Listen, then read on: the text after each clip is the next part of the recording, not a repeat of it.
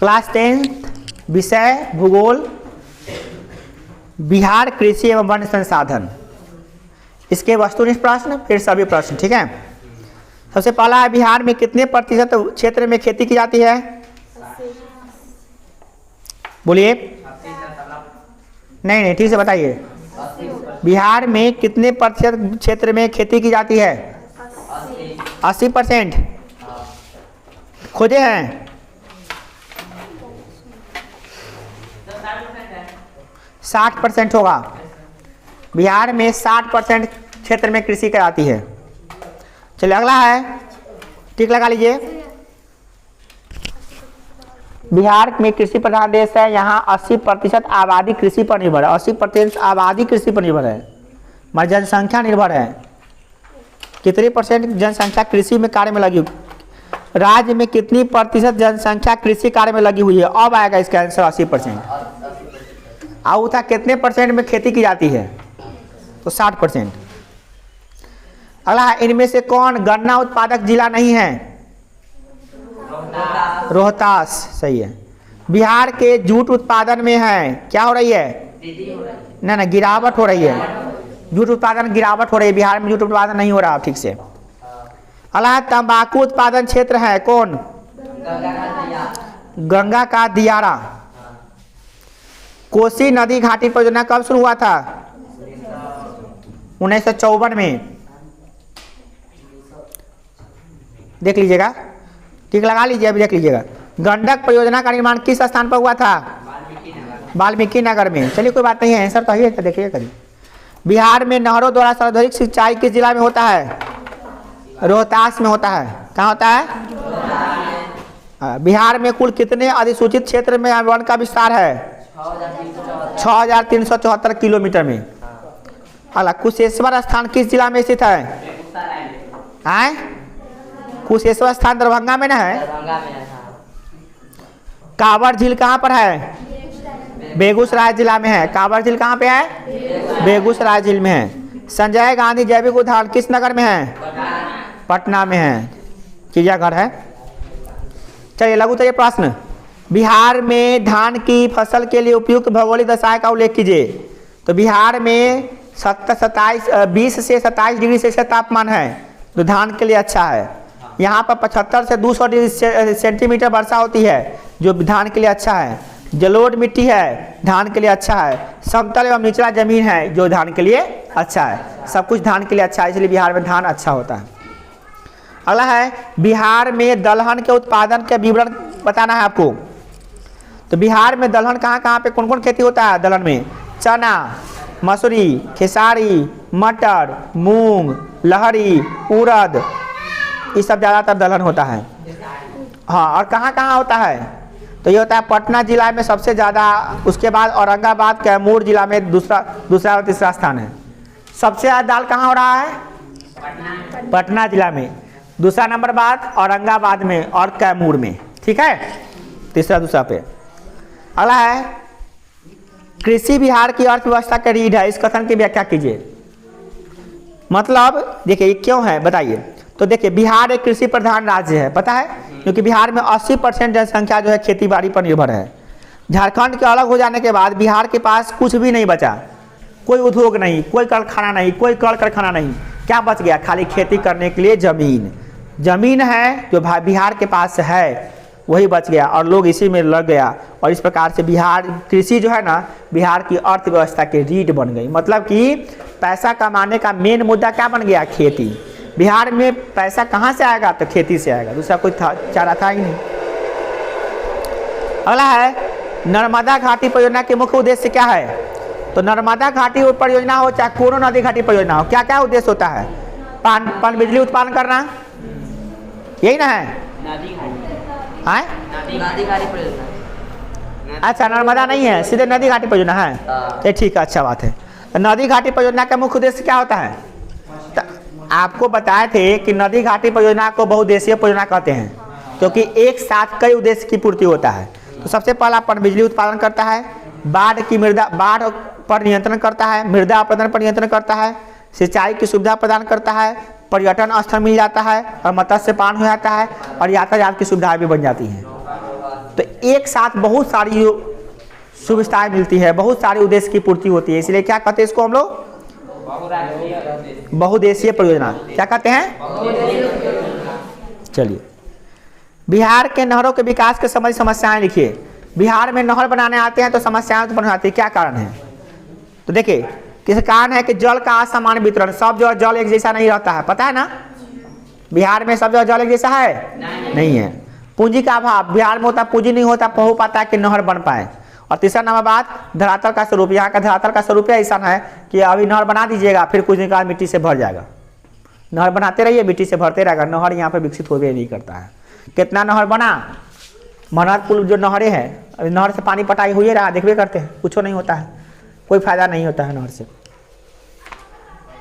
चलिए, अगला प्रश्न है, बिहार के किस भाग में सिंचाई की आवश्यकता है और क्यों? तो बिहार के दक्षिणी क्षेत्र में सिंचाई की आवश्यकता है, क्योंकि यहाँ पे नहरों का विकास उतना अधिक नहीं हुआ है। उत्तरी बिहार में तो भला बुरा होबो किया नहर का विकास, मगर दक्षिणी बिहार में नहर का विकास नाम मात्र कभी नहीं है। अगला है, बिहार में वनों के अभाव के 4 कारण। बिहार बात नहीं करो, बिहार में वन खत्म हो रहा है, क्या 4 कारण को 4 कारण बता दीजिए। तो पहला नंबर कारण, विभाजन के बाद वन आच्छादित क्षेत्र झारखंड में चले गए, जितना वन वाला क्षेत्र था कहाँ चला गया? दूसरा, कृषि पर निर्भरता होने के कारण से वन को विनाश करते चले गए, वन को काट के, जंगल को काट के बना दिए खेत, तो कहाँ से होगा वन? और अगला, वनों के महत्व की संबंधित जानकारी का अभाव है, यहाँ पे लोग वनों का महत्व नहीं समझ रहे हैं, इसलिए वनों को खत्म कर रहे हैं। अगला है, वनों की धंधाधुन कटाई, मतलब अंधाधुन कटाई, मतलब खूब काट रहे हैं वनों को जी भर के, और फल लगा नहीं रहे नए नए पौधों को, इसीलिए यहाँ पे वन खत्म हो गया। और चौथा क्या लिख सकते हैं? जनसंख्या वृद्धि, बिहार की जनसंख्या बहुत ही तेज रफ्तार से बढ़ रही है, इसीलिए यहाँ पे वन की कमी हो रही है। चलिए, अगला है, संक्षेप में शुष्क पतझड़ वन की चर्चा कीजिए। तो आंसर सुनिए, बिहार के पूर्वी मध्यवर्ती भाग, किधर? पूर्वी, पूरा बगल और मध्य में, बीच में वाला भाग, दक्षिणी पश्चिमी पहाड़ी भाग, ये सब वनों का, इसमें वनों का विस्तार खूब है। इसमें कैमूर, रोहतास जिला सबसे अधिक आता है। यहाँ प्रमुख रूप से खैर, बरेहा, पलसा, महुआ, क्या है, अमलतास, शीशम, नीम आदि के पौधे पाए जाते हैं इन जिलों में, ठीक है। और ये सब जो क्षेत्र हैं ये कहलाते हैं शुष्क पतझड़ वन, क्योंकि ये बसंत के मौसम में, बसंत ऋतु के आने से पहले ही पतझड़ का मौसम आता है, उसमें सब पत्ता को गिरा देता है, वो सब पत्ता झड़ जाता है। अपने यहाँ भी देखते होइएगा कि अब जो मौसम आएगा ना, सब पत्ता सब झड़ जाएगा जरा में। जब जरा में पत्ता झड़ जाएगा, फिर बसंत ऋतु में सब नया नया कली सब में निकलना शुरू करेगा, तो इसको कहते हैं शुष्क पतझड़ वन, है ना। चलिए, बिहार में ऐसे जिलों का नाम बताइए जहाँ वन का विस्तार 1% से भी कम है। तो उसमें जिला का नाम आता है सिवान, सारण, भोजपुर, बक्सर, पटना, गोपालगंज, वैशाली, मुजफ्फरपुर, मोतिहारी, दरभंगा, मधुबनी, समस्तीपुर, बेगूसराय, मधुपुरा, खगड़िया, नालंदा, और में 1% से भी कम वन पाए जाते हैं। शिवहर में उसी में आता है, शिवहर छोटा जिला, नाम ही नहीं दिया। मैंने मुजफ्फरपुर सीतामढ़ी कह दिया तो समझ जाए, सीतामढ़ी में तो वनो है, यो है, मुजफ्फरपुर में गया है। जितना भी जिला का नाम बताया ना, उसमें वन नहीं है, 1% से भी कम वन है। अगला है, बिहार में स्थित राष्ट्रीय उद्यान एवं अभयारण्यों की संख्या बताइए। तो यहाँ पे 14 को अभयारण्य है, कितना है? और एकमात्र एकलौता जो है राष्ट्रीय उद्यान है संजय गांधी जैविक उद्यान। मैं चिड़ियाघर के नाम पे एक ही चिड़ियाघर है, कौन? संजय गांधी जैविक उद्यान, जो पटना में है चिड़ियाघर। और अभयारण्य जहाँ पे जानवरों को बचा कर रखा जाता है, वो 14 को अभयारण्य है। क्या को अभयारण्य है? 14 को अभयारण्य है। इसमें बेगूसराय जिला के अंतर्गत मंझोला अनुमंडल में 2500 एकड़ में फैला कांवड़ झील है, जो पक्षी विहार के लिए, जहाँ 300 प्रजाति पक्षी का अध्ययन संभव हो पाता है। मतलब कि वहाँ पे 300 प्रकार की पक्षियाँ पाई जाती है। कहाँ पे? बेगूसराय में कांवड़ झील है वहाँ पे, ठीक है। दरभंगा जिला में कुशेश्वर स्थान है, वहाँ पे वन संरक्षण के लिए काफ़ी फेमस है वो। ऐसे 14 को अभयारण्य है जिसका लिस्ट दिया हुआ है आपको किताब में, आप उसको पढ़ सकते हैं। 14 का अभयारण्य का नाम दिया हुआ है, लास्ट वाला दिया, लास्ट पेज में दिया होगा सब, 14 को अभयारण्य होगा, ठीक है, देख लीजिएगा, अभयारण्य का नाम लिस्ट दिया हुआ है एकदम। फिर अगला प्रश्न है द्विउत्तरीय प्रश्न, बिहार में कृषि की समस्याओं पर चर्चा कीजिए। बिहार में खेती बाड़ी में समस्या आती है, तो कौन कौन सी समस्या बताना है। सबसे पहला, बिहार एक कृषि प्रधान राज्य है, इस सबसे बड़ी समस्या है, और यहाँ पे 80% लोग खेती बाड़ी पर निर्भर करते हैं। और यहाँ समस्या क्या क्या, सबसे पहला नंबर सुनिए, परंपरागत तरीके से खेती। यहाँ पे लोग अभी भी धान उपजा लेंगे, अतः खाएंगे, अतः रख लेंगे कि अगले साल बोएंगे। तो वही धनवा को बोइएगा तो कैसे धान होगा? खराब होगा ना, उससे खराब होगा। लोग कहते वैसे हो जाता कोई बात ही नहीं रहेगा, उससे खराब होगा। किसानों का शिक्षित होना एवं उसके पास पूंजी का अभाव। एक तो पढ़ा लिखा कम है, अब पैसा भी उतना नहीं है किसानों के पास कि खेती बढ़िया से करें। अगला, खेतों का दूर दूर होना। एक जगह खेत नहीं है, मकई की रखवारी करे तो लड़ी उड़ा के ले गया, लड़ी की रखवारी कर रहे तो मकई उठा के ले गया, उन्हें कहा तम्बाकू गायब कर दिले है, उन्हें कहा छीटा लसार ले है। अगला देखिए, बकरी सब। अब है कृषि का मानसून पर निर्भरता। मतलब यहाँ पे लोग खेती बाड़ी के लिए अभी भी किस पे आधारित है? मानसून पर, कि वर्षा होगी तो धान रोपेंगे। भाई वर्षा ना होगी ना धान रोपी है। अगला है उन्नत बीजों का अभाव। उन्नत कृषि करने का तरीका नहीं पता है, बीज उसको मिल नहीं पता। हाइब्रिड सरकार भेजती है, हाइब्रिड बीज कहाँ पे? ब्लॉक में, ब्लॉक में से सब खा जाता है बुझा बुझ के। हाँ, गेहूँ का बीज आता है किसानों को मिलने के लिए फ्री में, कुछ पैसा पे है ना, फ्री में मिलने के लिए, और सबको भूजा बुझ के खाता है उन्हें घरे बैठ के। है मिलता है, जो कई आदमी को मिलता है, 2% आदमी को मिलता है। जो चालाक आदमी जो गया जाता है ब्लॉक में से अपना आधार कार्ड देता है, दिखाता है, लेके चलाता है आराम से 2 बोरा, है ना। हाँ हर साल बीज आता है फ्री में। बीज जमीन का रसीद दीजिए या कागज का दीजिए, आप फोटो कॉपी आराम से जाइए, जितना जमीन हो उस हिसाब से चावल अथी लेके आइए धान। हाँ, और वो सब चल जाता है, आधार कार्ड पर दे देता है। हम लिखा, हाँ अप्लाई अनुदान के लिए करना पड़ता है, वो अनुदान के लिए अप्लाई करना पड़ता है। इसे फ्री में भी आता है, समझ गए। ब्लॉक स्तर पे हम एक बार लेके आए थे बहुत सारा चीज़, बीज उज लेके आए थे, खाद उद भी लेके आए थे, वो छीटने वाला मशीन उशीन सब फ्री में दिया था, सब लेके चलाए थे। हाँ, परंतु उसमें लिस्ट में लाइन में खड़ा हुए थे, 4 घंटा लाइन में खड़ा हुए थे, तब जाकर हमको वो नंबर आया था। कितना आदमी छोड़ के भाग गया था, समझ गया।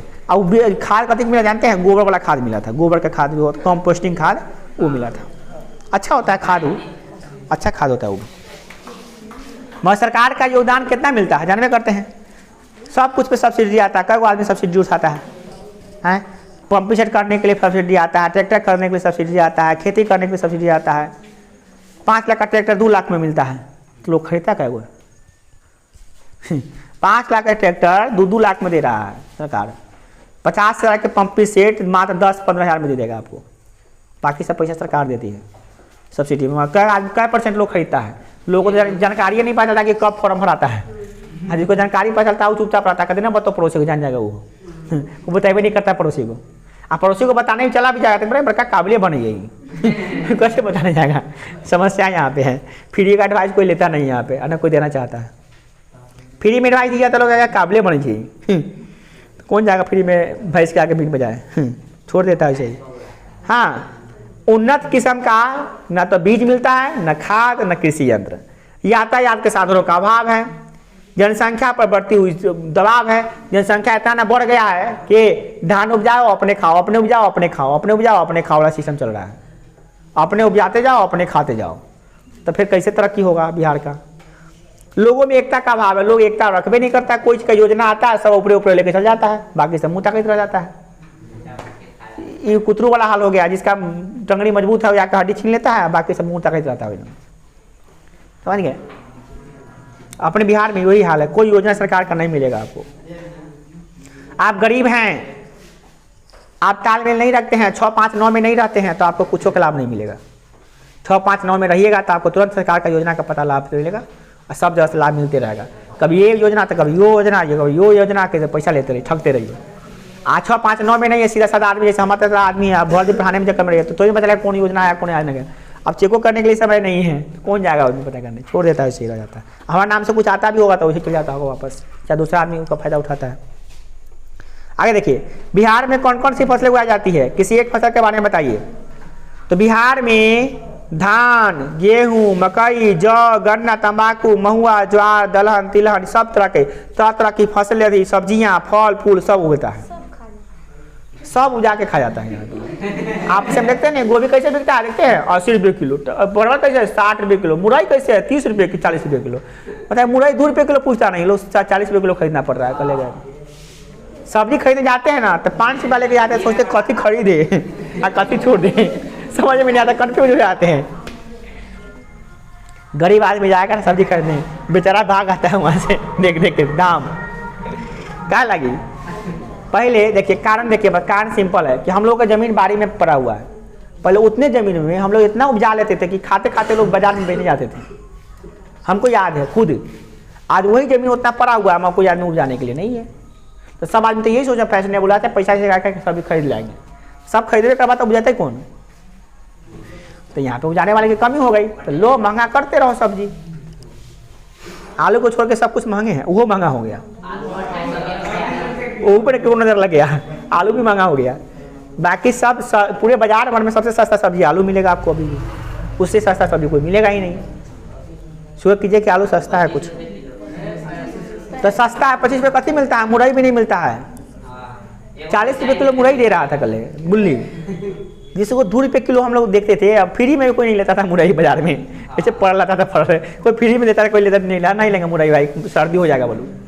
फ्री में कोई नहीं खरीदता था मुरई। आज पड़ोस में लोग बांटते थे कि मुरई हो गया ले लीजिएगा, तो कहते ना सर्दी हो जाएगा नहीं खाएंगे। सोचिए आज उसके लिए भी नहीं मिलता, वो भी नहीं मिलता बाजार में। ठीक से जाइएगा तो जल्दी जाइएगा तो मिलेगा, नहीं बाद में वो नहीं मिलेगा। कल रात को गए थे सब्जी खरीदने, सब्जी नहीं मिल रहा था हमको बाजार में। अब एक फसल के बारे में बता दो, तो धान के बारे में बताते। सबसे अच्छा धान होता है यहाँ पे बिहार में। धान जो है ना सबसे खाद्यान्न फसल के रूप में सबसे बढ़िया है।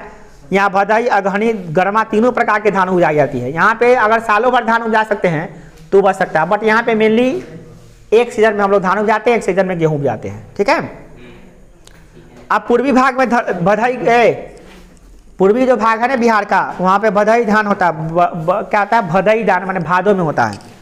अब बाकी समय अगहनी धान होता है, अगहन में भी धान होता है। ठीक है। धान का सबसे अच्छा उत्पादन पश्चिम चंपारण में होता है, रोहतास में होता है, औरंगाबाद में होता है। 3 जिला, पश्चिम चंपारण, रोहतास और औरंगाबाद में धान सबसे अच्छा होता है। इस जिलों में लगभग बिहार का 18% से अधिक धान उत्पादन होता है। पूरे जिला जितना मिला के है 38 को जिला, उसमें से 3 को जिला में 18% धान होता है। पहले स्थान पर पश्चिम चंपारण है, रोहतास औरंगाबाद द्वितीय और तीसरे स्थान पे है। बात करें क्षेत्रफल के दृष्टिकोण से तो रोहतास का क्षेत्रफल मात्र 5.76% है, फिर भी वह बहुत ज़्यादा धान का उत्पादन करता है। ठीक है। तो आप देख रहे हैं कि बिहार में सबसे बढ़िया फसल अगर उगता है तो वह है धान, और धान के बाद अगर बात करें तो गेहूँ, और इसके अलावा तो मक्का उक्का ये सब उगता है। मैं इतना उग जाता है लोग खा जाता है अपने, ये सब थोड़ा उग जाता है तो बेचबो करता है। चलिए अगला प्रश्न क्या है? बिहार की मुख्य नदी घाटी परियोजना के बारे में बताना है, ये ना है। तो बिहार में कौन कौन मुख्य नदी घाटी परियोजना है? तो बिहार में बहुत सारा नदी घाटी परियोजना है, जैसे कि सोन नदी घाटी परियोजना, गंडक नदी घाटी परियोजना, कोसी नदी घाटी परियोजना, दुर्गावती ना है, दुर्गावती है, देख लीजिए, दुर्गावती जलाशय परियोजना, चंदन बहुआ परियोजना, बागमती परियोजना, बरनाल जलाशय परियोजना, बहुत सारा परियोजना है यहाँ पे। उसमें से किसी एक के बारे में बता दीजिए, 2 के बारे में। तो बताते हैं सोन नदी परियोजना के बारे में। किसके बारे में? सोन। बिहार में सबसे पुराना और पहला नदी घाटी परियोजना अगर है तो वह है सोन नदी घाटी परियोजना। याद कर लीजिए, बिहार का पहला नदी घाटी परियोजना कौन है? सोन, जो 1874 में अंग्रेज सरकार के सहयोग से बनाया गया था। ठीक है। इससे डेहरी के पास पूर्वी पश्चिम की ओर नहरें निकलती है। इस परियोजना से पटना, गया, औरंगाबाद, भोजपुर, बक्सर, रोहतास इत्यादि जिलों में सिंचाई की जाती है, जिससे इन क्षेत्रों में धान की खेती बहुत बढ़िया होती है। ठीक है। इसी कारण से इसे चावल का कटोरा भी कहा जाता है। इन क्षेत्रों को चावल का कटोरा भी कहते हैं, क्योंकि चावल बहुत अच्छा उपजता है इन नहर के कारण से। ठीक है। इस परियोजना के अंतर्गत जल विद्युत उत्पादन भी किया जा रहा है, और इसमें डेहरी के पास 6.6 मेगावाट उत्पादन करने की गृह शक्ति वहाँ पे स्थापित की गई है। कितना है? नहीं, 6.6 मेगावाट। और बरू नामक स्थान पर 3.3 मेगावाट क्षमता का निर्माण किया गया है, वो भी किया गया है। ठीक है। और सोनपुर नदी इंद्रपुरी के पास बांध बनाकर प्रस्तावित 450 मेगावाट पर बिजली उत्पन्न करने की प्रस्तावित किया गया है। कितना होगा? 450 मेगावाट, मतलब कि लगभग उन सभी जिलों में बिजली का उत्पादन उसी से हो जाएगा। समझ रहे हैं? बहुत बड़ा एक उत्पादन होगा। और दूसरा नंबर पे आगे आता है तो कोसी नदी घाटी परियोजना के बारे में जानते हैं क्या है? तो देखिए, यह परियोजना नेपाल और बिहार सरकार दोनों के सामूहिक प्रयास से बना हुआ है। कौन कौन सरकार? बिहार सरकार और नेपाल सरकार। माने कोसी ये जो परियोजना बना हुआ है, इसमें दोनों सरकार का काम है। ठीक है। हाँ, नेपाल दोनों। इसका मुख्य उद्देश्य है नदी के बदलते मार्ग को रोकना। उपजाऊ मिट्टी को बर्बाद होने से बचाना और भयंकर बाढ़ की क्षति को रोकना इसका मुख्य उद्देश्य है। और इससे पनबिजली का उत्पादन भी हो जा रहा है और नौका विहार भी हो जा रहा है, मत्स्य पालन हो जा रहा है 100 अलग एक्स्ट्रा। जानवे करते बहुउद्देशीय परियोजना होता है ये सब। इस परियोजना के कई चरण में पूरा किया गया। पहला चरण में मार्ग परिवर्तन करके नियंत्रण किया गया। बिहार और नेपाल के सीमा पर हनुमान नगर स्थान में बेराज नामक बांध बनाया गया वहाँ पे, ठीक है। कहाँ पे है? हनुमान नगर यहीं पे है, सीतामढ़ी के आसपास पड़ता है, आगे जाइए तो हाँ, वहाँ पे बनाया गया, अभी देख सकते हैं इसको। और ये इसके दोनों तरफ तट बनाया गया है। और इससे क्या होता है? 14 लाख एकड़ में सिंचाई की जाती है। 14 लाख भूमि एकड़ में सिंचाई की जाती है इससे। और इसे नेपाल और बिहार के मधुबनी और दरभंगा जिले में सिंचाई की जाती है। नेपाल के कुछ जिला में और बिहार के मधुबनी और दरभंगा जिला में भी इसकी सिंचाई से की जाती है। उधर दरभंगा मधुबनी है ना जिला, उधर सीतामढ़ी की तरफ, उधर सबसे सिंचाई इसी से होती है। तो कहने का मतलब एक बहुत बड़ा नदी घाटी परियोजना है। 2 है, तो सोन एगो कोसी, याद रखिएगा। चलिए अगला प्रश्न देखिए क्या है, लास्ट वाला। बिहार में है, बिहार में वन्य जीव संरक्षण पर विस्तार से चर्चा कीजिए। देखिए ध्यान से सुनिएगा। बिहार में वन एवं वन्य प्राणियों के संरक्षण के लिए आदिकाल से रीति रिवाज प्रचलन चालित है। बिहार में जानते हैं वन को बचाने के लिए और वन जीवों को बचाने के लिए पहले काल से रीति रिवाज चालू है। यहाँ पे कोई भी धार्मिक अनुष्ठान पूजा पाठ होता है तो वृक्ष के नीचे होता है। कई आंतरिक त्यौहार भी वृक्ष के नीचे ही होता है। परंपरागत रूप से यहाँ पे वट वृक्ष, पीपल का पेड़, आंवला का पेड़, तुलसी का पौधा, इस सब का पूजा किया जाता है बिहार में। किया जाता है कि नहीं किया जाता है? हमारे यहाँ चींटी से लेकर सांप जैसे जीव जंतु को भी पूजा किया जाता है। चींटी का भी पूजा होता है और सांप का भी पूजा होता है। यहाँ पे सांप को भी दूध पिलाया जाता है। सोचिए, ऐसा राज्य है हमारा बिहार। हाँ, चींटी का भी पूजा होता है, हम लोग नहीं करते हैं, आदिवासी लोग किया करते हैं, ठीक है। अब देखिए पक्षियों को दाने दिए जाते हैं, यहाँ पे प्रचलन है। कबूतर को दाना खिलाना से समृद्धि मिलता है, लोग कबूतर को दाना खिलाता है सुबह सुबह। संजय गांधी जैविक उद्यान के साथ साथ 14 गो अभ्यारण्य है बिहार में। क्या गो अभ्यारण्य है? अभ्यारण्य में क्या आता है? जानवर सबको बचा कर रखते हैं, पक्षी को बचा कर रखते हैं। इसमें कांवर झील, दरभंगा, बेगूसराय जिला में कांवर झील, दरभंगा जिला में कुशेश्वर स्थान, ये सब बहुत फेमस हैं। वन एवं वन प्राणियों के संरक्षण के लिए कई कार्य किए गए हैं, जिसमें मुख्य रूप से कुछ सरकारी सेवा भी शामिल किया गया है और कुछ लोग निजी स्तर पे भी कर रहे हैं। और इस प्रकार से बिहार में वन एवं वन जीवों को बचाने का हर संभव प्रयास किया गया है। और इसका अगर उदाहरण देखना है तो सबसे बढ़िया है कांवर झील और कुशेश्वर स्थान में चल जाइएगा, वहाँ देखने को मिलेगा आपको। कहीं पे बाघ को बचाया गया है, कहीं को हिरण को बचाया गया है, कहीं पे पक्षी को बचाया गया है। समझ गए? इस प्रकार से ये पाठ आपका खत्म होता है।